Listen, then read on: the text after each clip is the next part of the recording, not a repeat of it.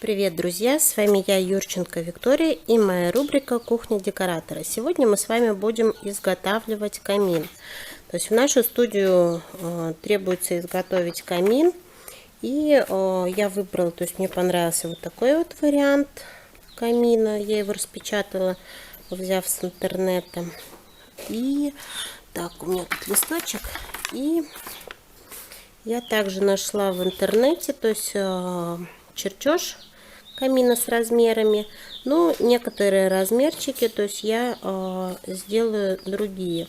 Вот, например, то есть ширина камина здесь 33 сантиметра, вот, а у меня будет 25, потому что мне такой широкий, в принципе, он не нужен. Вот.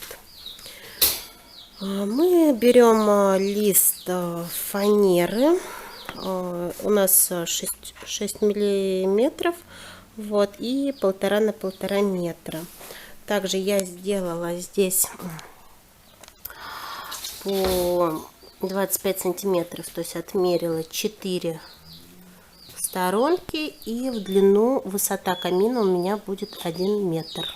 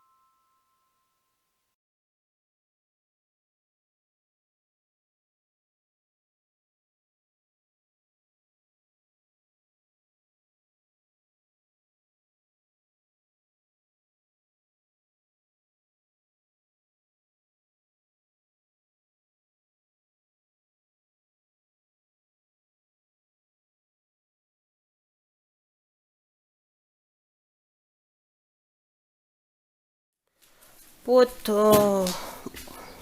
наш камин. Вот.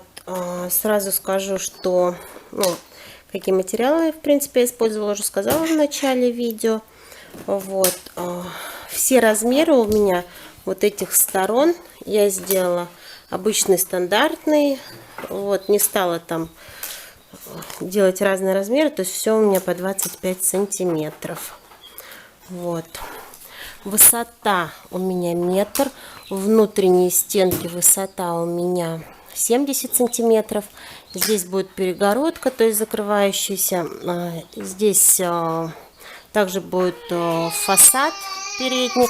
И сверху будет закрываться крышечкой. Ну, типа столешница. Конечно, в силу моей женской природы и слабости я не очень смогла ровно вырезать лобзиком как бы эту фанеру. Вот. Но в принципе это не так критично, потому что все вот эти вот щельки можно будет зашпаклевать шпаклевкой по дереву. Вот. И будет в принципе все выровняться, и будет замечательно смотреться наш каминчик. Ну вот, дорогие друзья, это шедевр моего творения. Конечно, сюда ушло немало моего труда женского, хочу сказать. Есть некоторые погрешности, причем не некоторые, то есть немало, а много. Но это мы все замажем, все зашпаклюем, и будет у нас каминчик очень красивый. Прикупим красивую лепнину для камина. Вот. Сейчас я покажу некоторые моменты, как я крепила те или иные элементы для этого камина, потому что я как женщина не имела представления, как прикрутить фанеру к чему, и покажу, как я это сделала. Это спинка моего камина, которая облокачивается к стене. Как видите, тут можно устроить тайник, что-нибудь прятать. Вот. Но на самом деле это второстепенное.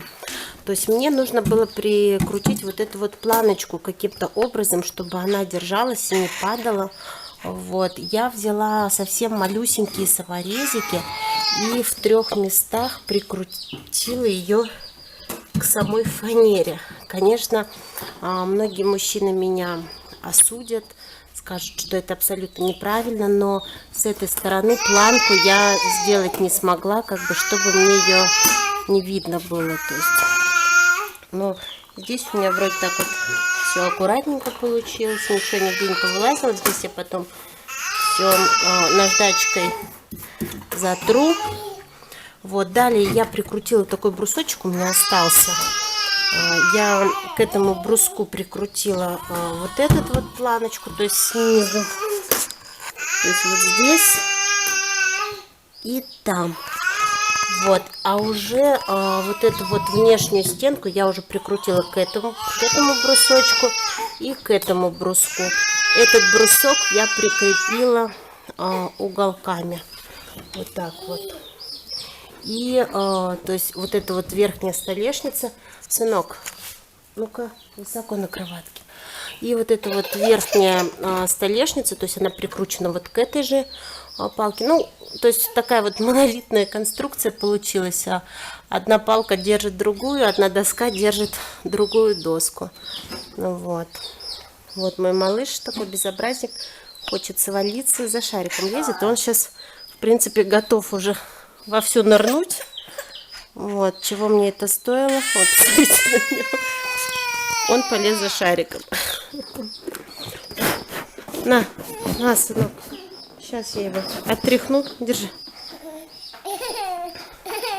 После больницы у нас очень сильная аллергия пошла.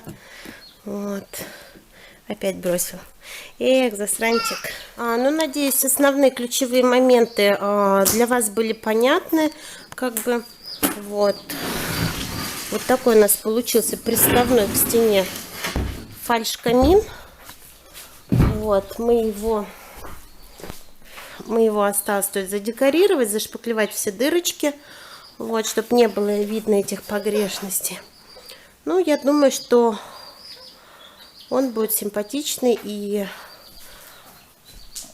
скоро покажу, какой он стал. Всем всего доброго, пока, до скорых встреч!